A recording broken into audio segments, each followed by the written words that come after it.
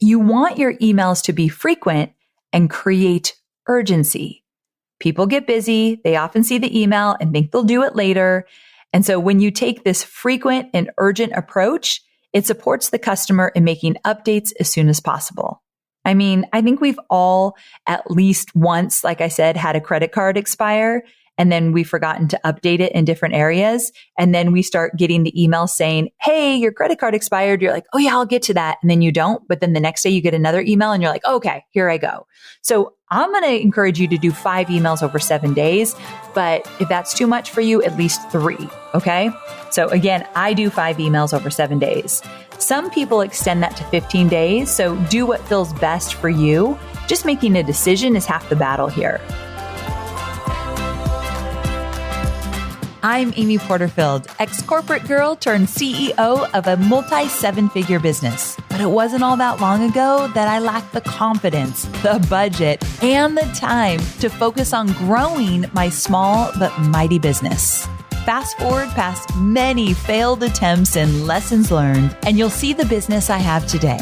One that changes lives and gives me more freedom than I ever thought possible. One that used to only exist as a daydream. I created the Online Marketing Made Easy podcast to give you simple, actionable, step-by-step strategies to help you do the same.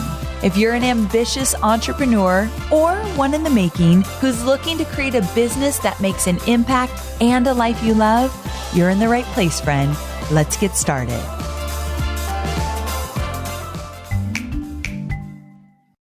The Duct Tape Marketing Podcast, hosted by John Jantsch, shares marketing tips, tactics, and resources for small to mid-sized business owners and marketers. John recently did an episode where he talked about the topic of analytics, specifically tracking results either for your own business or your clients who you work with. The episode's called What You Should Be Tracking in Your Marketing Efforts and Why. And I know my audience, I know you love to know benchmarks and numbers and analytics and what you should be tracking. So you are going to love this episode. He also talks about the other marketing aspects like how to support your customers and build an online community. So you can listen to the Duct Tape Marketing Podcast wherever you get your podcasts. Enjoy. Welcome to another episode of Online Marketing Made Easy. How are you doing? If you're listening to this in real time, can you even believe we are in Q4 of 2022? I cannot. Like, where did the time go? And with this year coming to a close, there are definitely a few things that we as entrepreneurs have to get in order, like getting stuff ready for taxes, all the fun stuff. And when I was thinking about getting stuff, I love how I say stuff, like it's a really strategic term, shows you how much I love talking about taxes. But when you're getting, I don't know what else to say, things ready for taxes and all of that, I was thinking of it and it made me realize there's an important conversation that we need to have to make sure we are closing out our year with the maximum revenue possible. And that means we need to make sure that any failed payments from our customers have been taken care of. Now, really, throughout the entire year, this is something that we need to think about, right? But I was just kind of thinking about as the year came to an end or is coming to an end, like what does that look like overall? And yes, failed payments, I know what you're thinking. This is just one of those things that feels so heavy, like definitely not something that we go into entrepreneurship excited about. Like, I want to start a business because I want to deal with failed payments. Like, no, that's not something we think about, right? But the truth of the matter is that if you have offers in your business, especially if you do any kind of payment plan, whether it be for a digital course or a membership or for a mastermind or whatever, if you are in business, then you have failed payments. Welcome to the club, my friend. The good news is that you do not have to be intimidated by how you should handle these. And the best news is that I've got a process that you can follow step by step to get those under control and start recovering them. In fact, when my team managed failed payments internally, this is the exact process we used.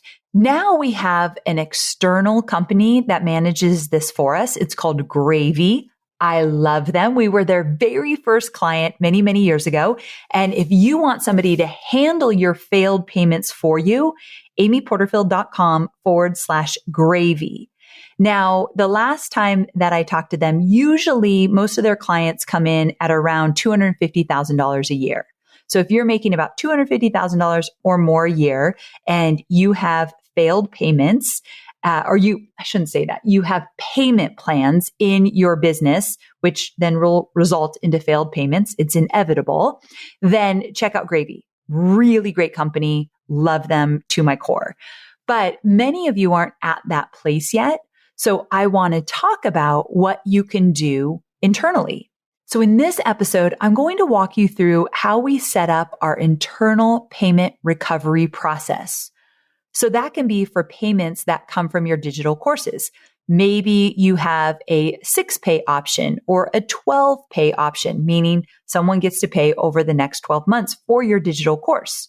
Or like I said, maybe you have a monthly membership or even like a mastermind where you allow people to pay month by month, whatever it is. And I'm going to add some tips for recovering payments during your digital course launch. And like I mentioned, why I work with an external company and why that benefits my company. So I am going to actually address why I work with Gravy and how I made that decision. So while this topic may seem overwhelming or advanced to some of you, I want to urge you to stick with me and take a listen, because one of the things that I think is important, what I did and what I still do, is that when I get some advice from someone who is proven to have success, and that advice isn't something I need right now, I'm a better entrepreneur if I listen and I take it in and I basically put it in my mental back pocket.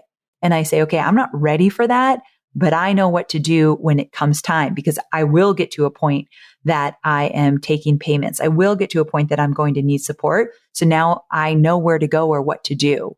And I think that's important. In this episode, I've tried to break this down for you in a simple and easy way so that you can actually have your own process set up within a week or so. And so for those of you who do need something more dialed in, this is going to be an easy and straightforward way to do it. Because when I talk payment plans, the first question I get is, but Amy, what if I do a payment plan and somebody doesn't pay? Or the specific question I get asked is, but Amy, what if I do a payment plan for 6 months, but my course is only 3 months? So now they're paying after the course is ended and I think they're going to stop paying. These things come up all the time. And so I want to talk about payment plans and I want to talk about what you can do to recover them.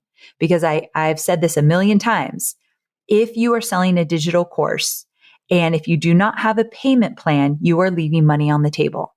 Meaning if you're scared to do a payment plan because what if people fail to pay, then you're actually losing out more money than you would if some people failed to pay. I know this to my core. And so because of that, I want to help you wrap your head around it and teach you in terms of what to do. So let's get to it. Okay, first things first, when you are creating your failed payment plan, it's best to understand what tools you currently have available to you. Understanding this will help you with step number 2, where you'll outline your recovery plan.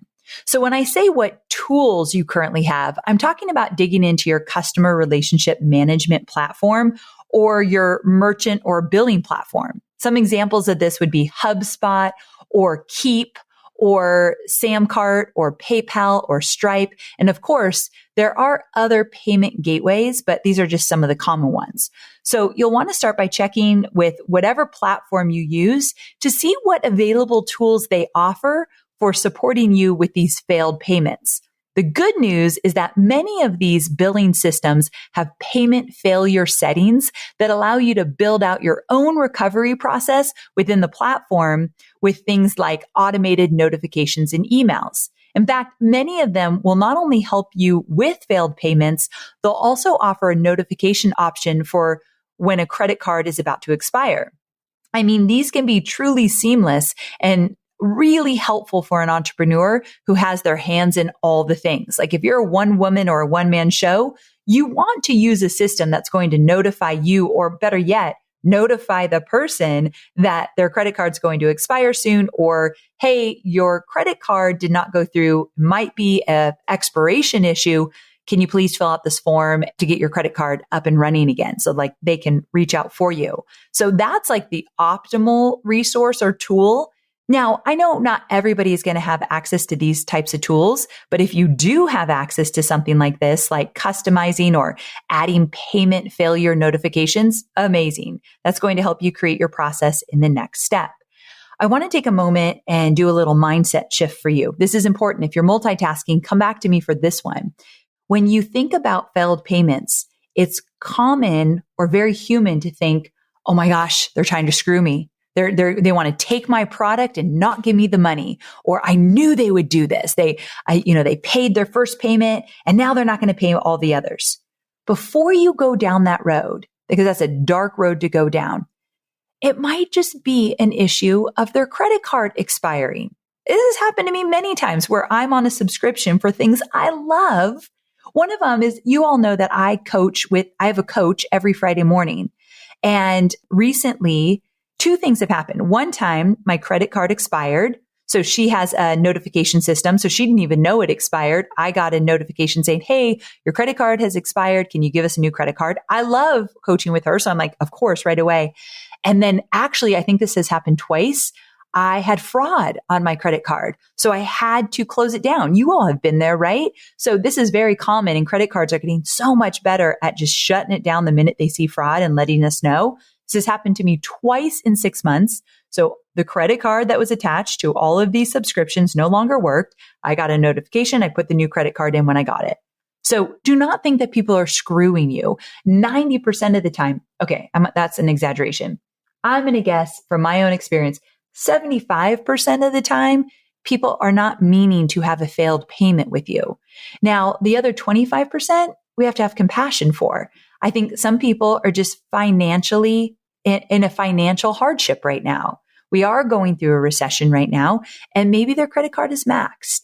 And in those situations, as you're kind of navigating through this, then maybe you want to give them a little grace and say, look, we'll kind of delay, we will delay your payment for a month or two. So to give you a little grace period, and then we'll pick back up. So there's things that you can do for that as well. Let's lead with optimism and grace and compassion versus these people are trying to screw me. Deal? I don't know who needed to hear that, but one of my listeners did, and that one was for you. Okay, moving on. So step one is just to kind of look at the tools. Now, once you're clear on the kind of support your payment platform offers, the next step is to identify the payment options you have in your business. So to help you identify what they may look like in your business, let me share what mine are. So for us, we knew that we had payment plans from our digital courses as well as our membership. So we had subscription payments for the membership. So think about what you have. So first we looked at the tools. And again, if you don't have any of those tools, I probably would recommend Samcart. I think Samcart, so amyporterfield.com/Samcart will take you to the page that will give you all the details you need to know. SAMCART. So they have a really good cart that you can use, order forms, and cart sounds weird, but where people pay you. And then on the back end, they have a really good system for failed payments. So if you have nothing, I think that's where I would look. So again, amyporterfield.com/Samcart. So you're looking at tools, but now you're looking at, okay, so what am I offering here? Where do I have payment plans, or where are my opportunities? Now that Amy said, I'm leaving money on the table by not offering a payment plan, where are my opportunities here to maybe add one? So the following steps I'm going to share relate to specifically payment plans or subscription plans. A little later, I'll bring you through what to do if you have a failed payment on a one-time payment. For example, that'd be if someone paid for your digital course in full, but the payment didn't go through. I'll address that as well. And I'll share how we tackle those. And those are during the launch. So like I launched Digital Course Academy. Some people paid full pay. Their credit card didn't go through. In the moment, I'll tell you what I did with that. But before we get there, let's talk about these payment plans. So you've gotten clear on the types of payment options you have in your business, or maybe that you want to add.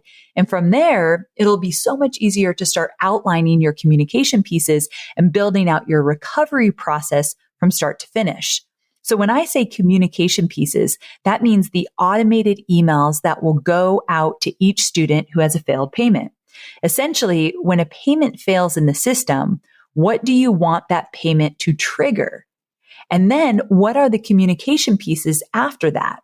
We'll get into this in a bit, but you generally want to plan to send 3 to 5 follow-up emails to really see results in terms of resolving that failed payment. I send out 5 emails over the span of 7 days when a failed payment comes through. And I'll share why I do this frequency in a bit, but you can at least start gauging how you want your process to look and tweak it if necessary from time to time. The other important thing here is to look at your goals. Now, you might not have any right now, and that's okay, but you're going to create some. And what I mean by goals is out of the payments that fail for the month, how many payments do you want to try to recover? Like what percentage? Now you may be thinking, all of them, duh. But I've been in this game for a while now, and I've seen many failed payments occur and also many failed payments resolved. And the truth of the matter is you will not be able to recover 100% of them all the time. But you sure can set some goals and aim for those goals. And in my company, we've set our goal at 80% monthly because we have subscriptions and active payment plans. I've also had my business for 13 years, which makes it super established. And after much trial and error, I've come to know my customers deeply. And because of that, we confidently feel we can aim for and hit that 80% monthly pretty consistently. But remember, I also have help. I have a very qualified, successful company, Gravy, helping me do this. And so it's just not me alone. Now, I'm not saying that you can't have an 80% if you do it internally, but I also have some experts behind me, which is why I'm a big advocate for Gravy, but just something to think about. So where the heck do you even start with identifying your goal? Well, you can start by looking at your industry and finding out what the average recovery rate is. You're going to have to do some Google searching for this, but I wouldn't spend too much time on that. It might not be easy to find for every industry, but I always like to start with the benchmark. So let's just say that you want to start with 50%. Don't get too caught up in this percentage because I always like to start somewhere. And then, you know, my personality, it's like, okay, how can I grow from there? How can I go forward from there? So ultimately you might want to hit 80%, but let's give yourself a little grace, right? And start out with 50%, hit that milestone and then get better and better and you'll start increasing it. I don't know. That's just the way I like to do things in my business. You think about what works best for you. All right, circling back to the communication pieces, these are the automated emails you'll be sending out to those customers who have already failed on their payments. Like I mentioned, you'll want to include at least 3 to 5 emails that will notify the customer that their payment has failed over the course of 1 to 2 weeks. The important thing is you want your emails to be frequent and create urgency. People get busy. They often see the email and think they'll do it later. And so when you take this frequent and urgent approach, it supports the customer in making updates as soon as possible. I mean, I think we've all at least once, like I said, had a credit card expire and then we've forgotten to update it in different areas. And then we start getting the email saying, hey, your credit card expired. You're like, oh yeah, I'll get to that. And then you don't. But then the next day you get another email and you're like, okay, here I go. So I'm going to encourage you to do 5 emails over 7 days. But if that's too much for you, at least 3. Okay. So again, I do 5 emails over 7 days. Some people extend that to 15 days. So do what feels best for you. Just making a decision is half the battle here. Now, the first email should instantly go out as soon as the system recognizes the missed payment. And then the remaining emails go out shortly after. With each email, you want the subject line and the email copy to feel a little more urgent because you don't want anything to happen to their access to the product. Because ultimately, if they don't pay, you take away access to your digital course or you take away access to your membership. But you don't want to get to that point. You want them in the course. You want them to get success, right? So you're doing them a service if you're really clear, hey, you're going to lose out here. So you got to nip it in the bud ASAP. Now, for the emails, I like to personalize them. I have a strong sense that you probably feel the same way, right? I didn't want my students to receive a generic email from any platform of ours. And this was really important because when you're dealing with finances, even if you have a sense of urgency, you still want to be compassionate and personable. If you take this approach, hands down, you'll see much better results with your recovery. The great news is that most platforms allow you to personalize what these emails say so that they can stay in your voice. And then they can also allow you to personalize the branding of the email so they look like they're coming from your company. So it almost feels like this email is coming directly from you. That's what I want. Use your personality. Have fun with it. Don't assume they're trying to screw you. So that's why you're like, oops, oh no, your credit card expired. Or oops, we had a glitch in the system here, my friends. This didn't come through. Here's what you can do to fix it. So I think making it a little bit lighthearted and fun in the beginning allows your customer to put their guard down and not feel like you're coming at them or blaming them or accusing them of something. We're dealing with money here. It gets a little touchy, right? So it turns out solving complex marketing problems doesn't require complicated, difficult to use systems. A HubSpot customer relationship management platform is easy to use and impossible to outgrow, so that scaling your business can feel like something that comes easily to you. That's because HubSpot connects your people, your customers, and your data so everyone is on the same page, allowing you to spend less time thinking about and managing software and more time creating better customer experiences at every stage. For my business, this is of the utmost importance. So learn how HubSpot can help your business grow better at HubSpot.com. Another piece to this that we found extremely effective was to include a link for them to update their payment details directly and a message that if they were having trouble making their payments, they could simply reach out to my billing team to arrange a personalized payment plan. You can say something along the lines of, we are here to support you and happy to chat through an arrangement that might work better for you. Please email or call us at XYZ and then include your contact information. So that's something that you could do too. All right. So after that 7 or up to 15 days, whatever you choose, you'll want to set up something in your program platforms that either continues to allow access or restricts access, depending on the actions your customer took. And you can actually set it up so that once a payment has been recovered, your customer will be notified that their account has been updated and confirmation that a payment has been made and that access to their account has been resumed.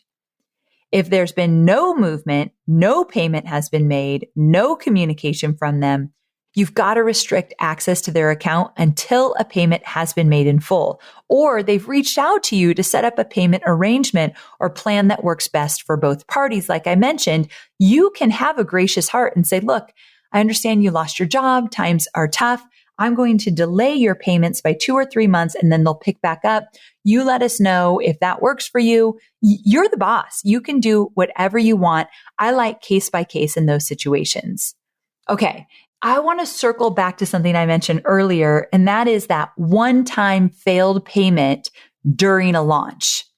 What we've seen in my business is that people are trying to make a payment, and even though the system tells them that the payment was successful, it might not have actually gone through.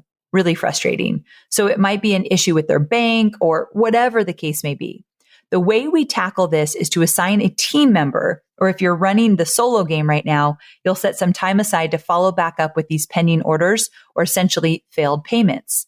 So to make this really simple for anyone reaching out to these customers, my customer service team has created a few guided responses. Basically, people call those canned responses. I don't like anything canned. So a guided response in my business is something we've already written out that when a full payment comes through during a launch and it's failed, here's essentially what you email to them, but I want it personalized to every person. So that's why we call them guided responses. This is something you can do as well. And it comes in handy for simplifying and systematizing this process, especially during launches. So for example, as you can imagine, during launches, a lot of one-time payments fail for various reasons. But because we have these guided responses and because we have a dedicated person to be paying attention to them an hour or so a day, we can quickly and easily reach out to the customer to inform them that their order didn't go through. And in order to continue their purchase, they can update their payment by going here, which we link to a payment page, or reaching out to our team, which would link to a contact information to say, I would like to talk to your team. So we provide them with all the basic information they need to make it easy and seamless, both for the customer and for my team. Now, as a little note, which may or may not be feasible for you, but if you can do it, I highly recommend you do. Aim to reach out to those failed payments during the launch. This is what I wanted to bring up. Come back to me if you're multitasking. During your launch, if a failed payment comes through, get on it right away. My friend, this is something that I never did for years. I didn't even know to look for this. You don't know what you don't know, right? And so if a failed payment comes through during a launch, there's an energy around a launch. They just watched my webinar. They were just on my boot camp. They were in it. They are serious. You need to address it while they're still excited and engaged. If you wait a week or two after the launch to follow up, they've lost that love and feeling. They were in it. They thought they had it. They can't get in because their credit card didn't work. And now they're like, you know what? Maybe that's a sign that I'm not supposed to be in your program. I was nervous anyway to sign up. It's a lot of money. Yeah, a week or so has passed. I'm good. I've changed my mind. Do not let that happen. So before you go into your next launch, if you have a VA, this is a perfect job for a VA. Say 1 hour a day during the launch. You find whatever your system looks like, find the failed payments, reach out to everybody individually. It's not that many people, but geez, this has been a game changer for us. Now, again, if you have a team, I want them to do it for you, but it might just be you. And I remember the days like it was yesterday where it was just me. So this is money easily found, easily recovered. So don't skip this. And here's the thing. Let's say that they think their payment went through because again, some systems, including ours, make them think they're good to go, but it actually didn't work on the back end. It's a really silly thing, but it happens that way. So they're waiting for their login information, but it never comes. And then they start to think that we have bad customer support, right? So if they get a notification that their payment didn't go through, they understand, oh, okay, I got to fix this because I'm waiting for my logins. So again, the sooner you can catch this failed payment, the better. It's just a better experience overall for your new student, but also for you. So something to think about. Now, like I mentioned earlier, we no longer do our payment recovery in-house. I did for many, many years. First of all, I did nothing for many, many years. I had no clue even to pay attention to that. I'm kind of embarrassed about that, but it's true. It wasn't even on my radar. And then as I started to get more successful, I'm like, I thought I was making a whole lot more money than I was. I need to get this under control. So we did it internally, just me and a VA. And then as my business grew more and more, we started working with a company called Gravy, as I mentioned earlier. Now, I love Gravy. And I want to preface this by saying that Gravy does require that you make a certain amount of money. And it was $250,000 the last time I talked about it. It might have changed. I mean, if you're like, maybe they'll go a little bit lower for me, reach out to them, see what they say. But I really do believe if you're in a place, at least 6 figures or more, to hit them up and see if you can work with them, because I love their company. And I keep saying I love them because I love their customer support. They have a beautiful team and they've been so good to us and so many of the people I've sent their way. So what our process looks like now is that we're outsourcing it. Gravy 100% handles any kind of payment recovery. My team works with an account manager to share how we want the recovery process to look. So to me, the more personal, the better. And that's what Gravy does well. So we share our own copy with them. We share all of our guided responses with them. And what's so great about Gravy is they have a team that works with your students and customers directly, which provides a human touch. This also is important to us. So they handle the majority of work each day and provide us with tracking and reporting so that we know that we're staying with our recovery rates and our goals. And if we get behind in our goals, we talk to them about how we can help make it better. they also help us to decide the best way to increase recovery percentages. Like they're saying, ooh, here's what we've seen work with other companies, or we're seeing this as a big issue in your company. Here's what we suggest. So they work with us. And to me, I think that's so important. So I can't recommend them anymore. I love them. So amyporterfield.com/gravy, GRAVY. Look into it. You'll be so glad you did. But again, you all heard me. You can do this internally, and I've done it internally. And if you're not in the six figures yet, then absolutely, let's put a system together in your own business. You've got this.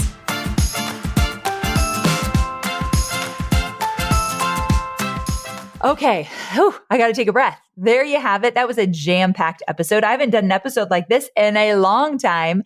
And I hope you're walking away with a renewed hope that failed payments are an opportunity for your business as long as you put a system in place to recover them. And if you learn nothing but this one thing, I'm still going to be happy. You are leaving money on the table if you are not doing a payment plan for your digital courses. I really believe that. And I know the question comes up for some of you like, Amy, my course is just $100. Should I do a payment plan? I've done a payment plan on $100 before, but it's not absolutely necessary. I think a $100 digital course is still in the no-brainer kind of decision area. But I think $200 or more, a 2-payment plan would be great. $500 or more, I would love a 4-payment plan. Like, I'm all about it. You're leaving money on the table if you're not exploring payment plans. And it's better to have one than not to have one. And this is from a girl who's made millions with digital courses. So I promise you, I'm not leading you astray. It's like the next iteration of your launches if you haven't done payment plans before. But if you do them, you've got to have a system because those failed payments can add up quickly if they're not addressed. So that's why when I started this episode, we're coming to the end of the year. And if you look at your bottom line, like I did years and years ago and thought, wait, I thought I made more than this. And then realized I wasn't following up with any failed payments. That was just an opportunity that I had to jump on. So start by looking at your billing and your payment platforms. See what kind of services that you can either already use because you have access to them or engage in like Samcart. That's like a quick one that you can use. And then I want you to identify what each payment option looks like from what emails to write and how often you want to send them and what feels right for you. Then you're going to look at a realistic goal, like start with 50% recovery. And then I want you absolutely to go up from there. But I like to always have a really easy, realistic milestone to start with, especially when it's something new. From there, you're going to craft your emails, set up the action items depending on if the payment's recovered or not, meaning if it is recovered, you make sure they have access. If it's not recovered, you're going to take away access, which actually is another thing that kind of pings people. That's the ultimate. If they genuinely want to be in your program, they ignored all of your emails, but now they can't log in. That's when they're like, knock, knock, knock. Excuse me, I can't get into my course. And you're like, oh, no problem. You just got to update your credit card. And then the last thing I'll say is that I gave you that little tip of in the moment, in the launch, recover those one-time payments makes a huge difference. All right. So I hope you enjoyed this jam-packed episode. Thanks for joining me for another episode of Online Marketing Made Easy. I'll see you next week. Same time, same place.